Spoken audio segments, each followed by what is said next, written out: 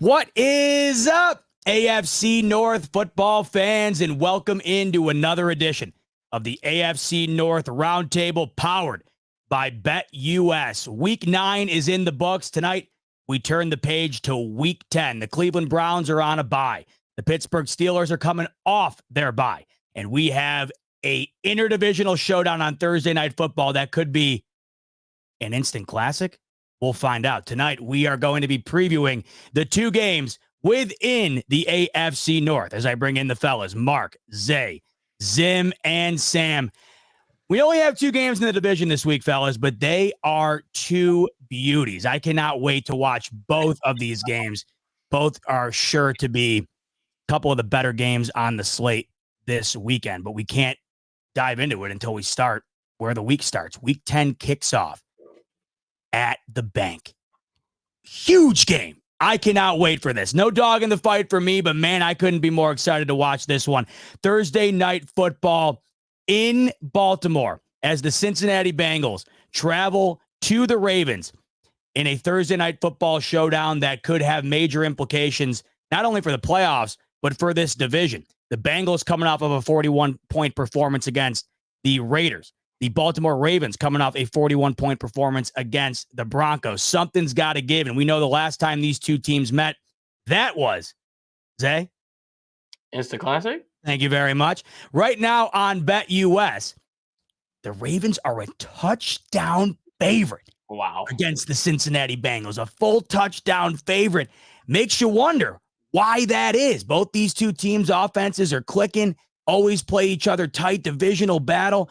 It's a 6-point margin in terms of the betting line right now on BetUS. If you think the Bengals cover or you think the Baltimore Ravens have a hell of a night and they cover, you can head over to BetUS right now. Use the promo code YouTube150 and get a 150% sign-up bonus up to $2,000 on your first deposit and a 125% bonus on your next two after that, and get in on this game tomorrow night because it's sure to be a beauty. So let's start with the two fellas that aren't involved with this one. Mark, I'm going to start with you.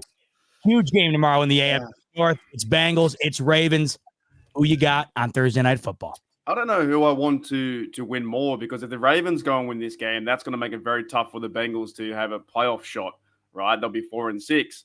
But however, if the Bengals win this game, then the Ravens, of course, are one step down. If the Steelers win, there's a bit more room for the AFC North. But in a football sense, man, where are they playing at? They're playing in Ravens? Baltimore. Oh, okay. Man, I think I'm looking forward to see Joe Burrow have a good game again. Joe Burrow versus Lamar Jackson is that seems to be in our division the highlight, the rivalry right now. Of course, can the Bengals stop Derrick Henry? That's one of their big weapons. Can the Bengals with Trey Hendrickson come around the corner and sack Lamar Jackson? This is so hard. Can I choose no one? No, I have to choose someone. I'll choose someone. I'm gonna give Bengals win by 3 points by field. Just. If that occurs, by the way, fellas, the Bengals will be 5-5. The Ravens would be 6-4. How crazy things would change. The Bengals would be a game out of second place. We'll talk about Mark's Steelers in a couple of minutes here, but if they lose on Sunday, man, this thing could get real interesting real quick. But Thursday Night Football has to go down first before we get into talking about how this division's going to pan out. Zay, how's Thursday night going to pan out? Who's taking this between the Bengals and the Ravens? I don't know. I don't like seeing the spread at 7. That seems awfully disrespectful for an AFC North matchup, number one. Number two, it being on prime time seems even more disrespectful. And number three, the Bengals just came off of putting 41 points. That's so disrespectful.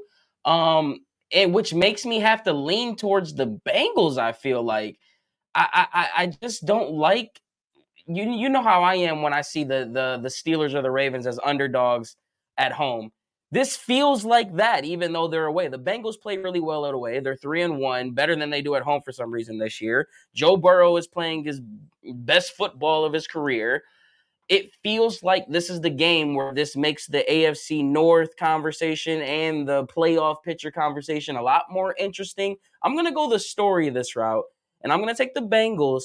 And that 7 points is awfully disrespectful. Give me the reverse 7 for the Bengals. by 7. So I don't know I don't know the score. Let's go 30-23 Bengals. Wow, a couple of underdog picks right off the bat. Zim, how's that have you feeling? Did that make you feel confident? Is that scaring you a bit? What are your thoughts? It makes me feel surprisingly. It makes me feel better. It makes me feel better. I feel like as hard as I am on the team right now, it makes me feel like, okay, so at least people do recognize he's playing really well. With that said, who wins the ball game tomorrow night?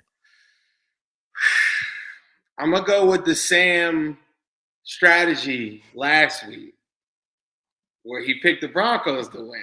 Uh-oh. And so I'm going to adopt that. This is the only, I swear to y'all, prime time, I love Joe Burrow. November, his record is only second to like Mahomes. Like he's phenomenal. He's playing his best ball, but no T. Higgins is a big factor for me. I don't like that. We got some guys that are banged up. I do think the addition of Khalil Herbert, I think he actually might have some good runs in this game. That's the style of runner I think we need. But this team is the energy around it the whole entire year has just been odd. It's just marred with some weird, I can't explain it. I came on here. I think some of the arguments that we bring from our fan base, we bring to the show. Jermaine Burton is a big topic for us. And so on my side I was one of the main proponents of Jermaine Burton, and when I say certain things on Twitter, it's like wildfire.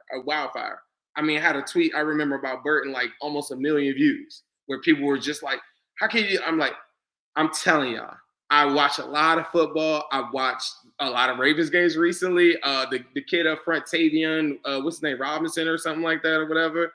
I think I'm watching out for him. I watch a lot of games. This dude, Jermaine Burton, is a real deal wide receiver. He's one of the best talented wide receivers that the Bengals have ever, since I've been like this Ocho Cinco crazy, he's that good. But this front office, this staff, for whatever reason, they picked him to be, they villainized him, and it's a hot topic. And they benched him last week, and it was weird because other guys have missed practices, and they didn't do that to them. And so I'm rooting for this dude so crazy. He's a good kid. He's so talented. If he can make some plays in this game, I might change what I'm thinking. But I got the Ravens to win this one by a Justin Tucker go-ahead field goal per usual. That was the difference last time, Sam. Your Ravens won 41-38 in overtime in one of the games of the year. What happens the second time around? Before I answer, Zim, is Burton playing this game, you think? We hope so. I think he is. I think he is. He's on the bus. As long as he doesn't miss walkthrough, it looks like he's playing.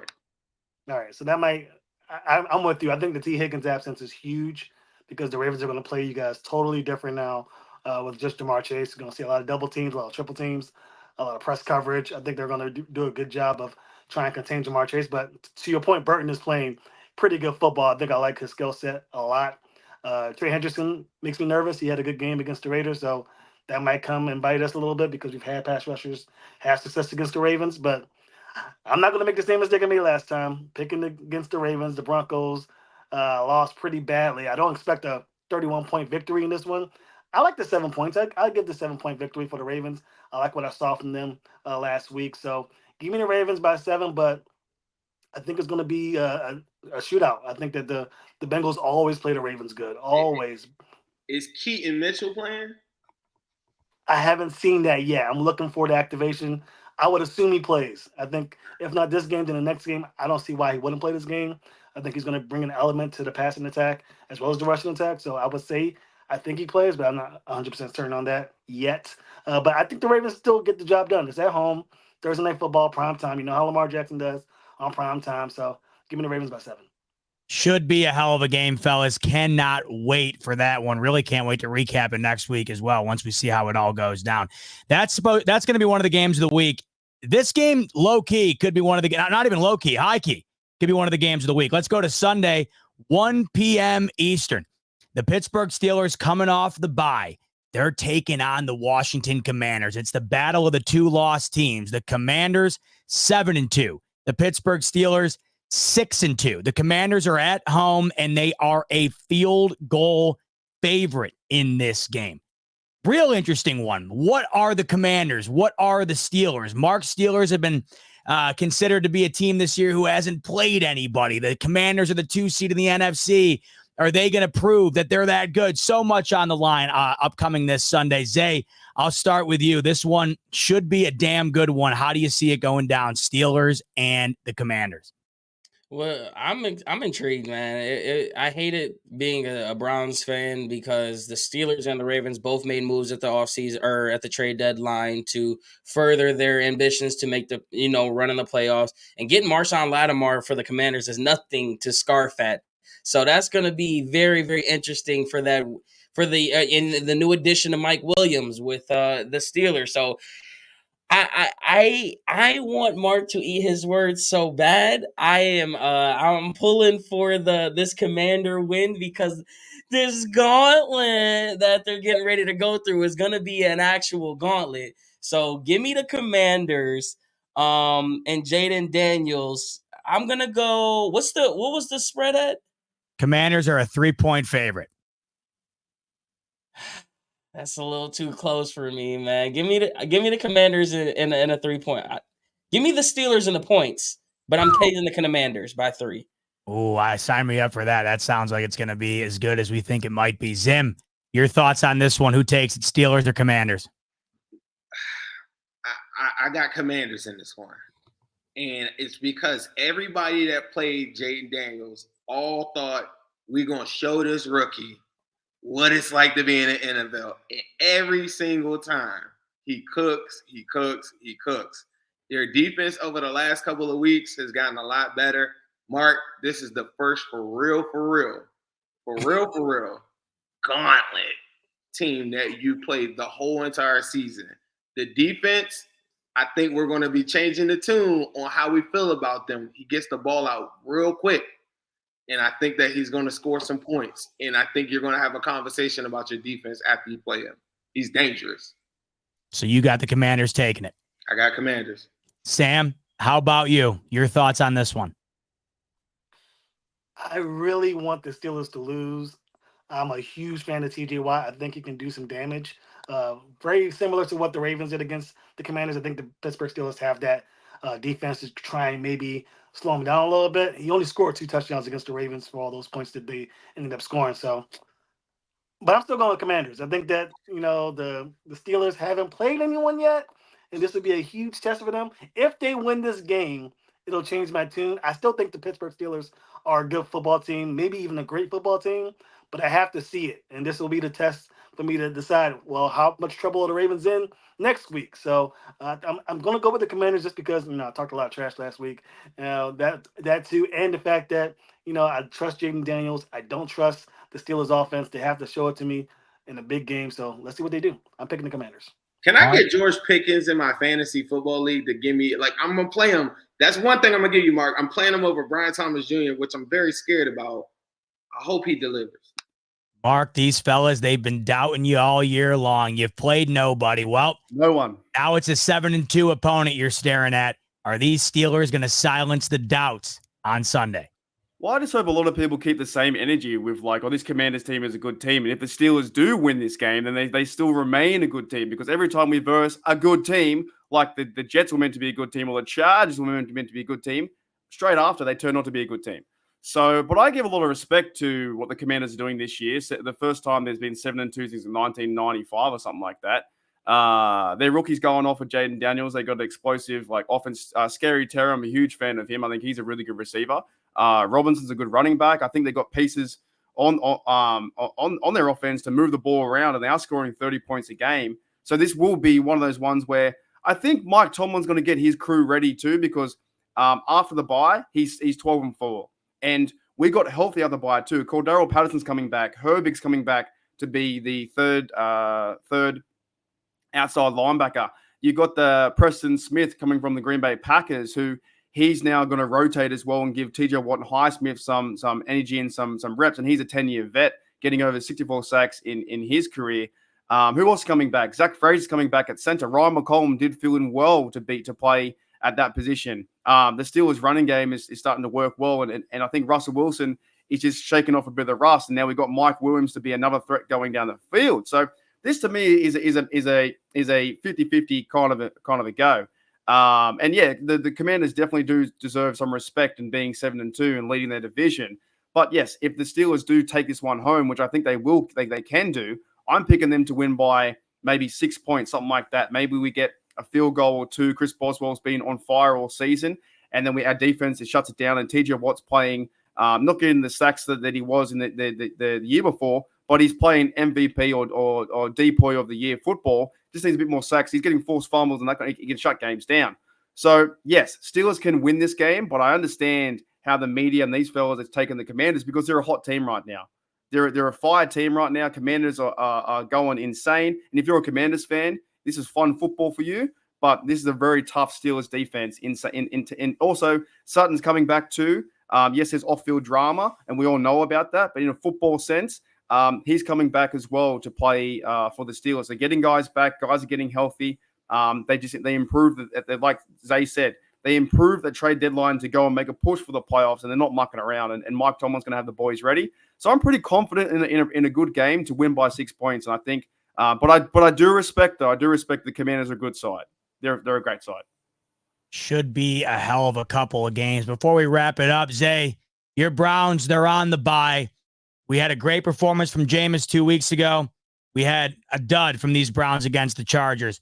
What's your overall outlook coming out of the bye? What's the main goal as you're heading into the second half of the season? You know that this season right now, obviously, you're looking to move on, but what's the one thing you want to see at the end of the year here that's going to have Browns fans feeling optimistic about the future?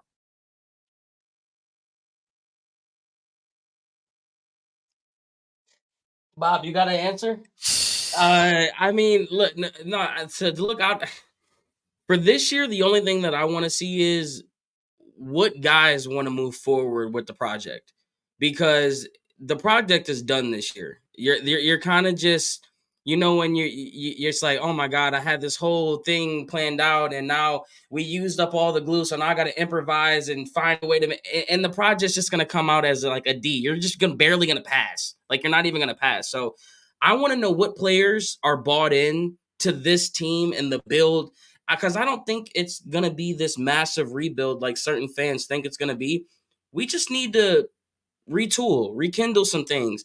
And, seeing how Grant Delpit's going to react, how JOK reacts when he comes back from injury, how Myles Garrett reacts, and Denzel Ward reacts, and David Njoku reacts. The guys that are cornerstone pieces to this team, I need to know that they're still in tune and they're still ready to move forward with this. Because if they don't, we may be talking about a full rebuild. So I'm just looking for effort, and I'm looking for people who continue to want to play for the Cleveland Browns. Are you drafting a quarterback?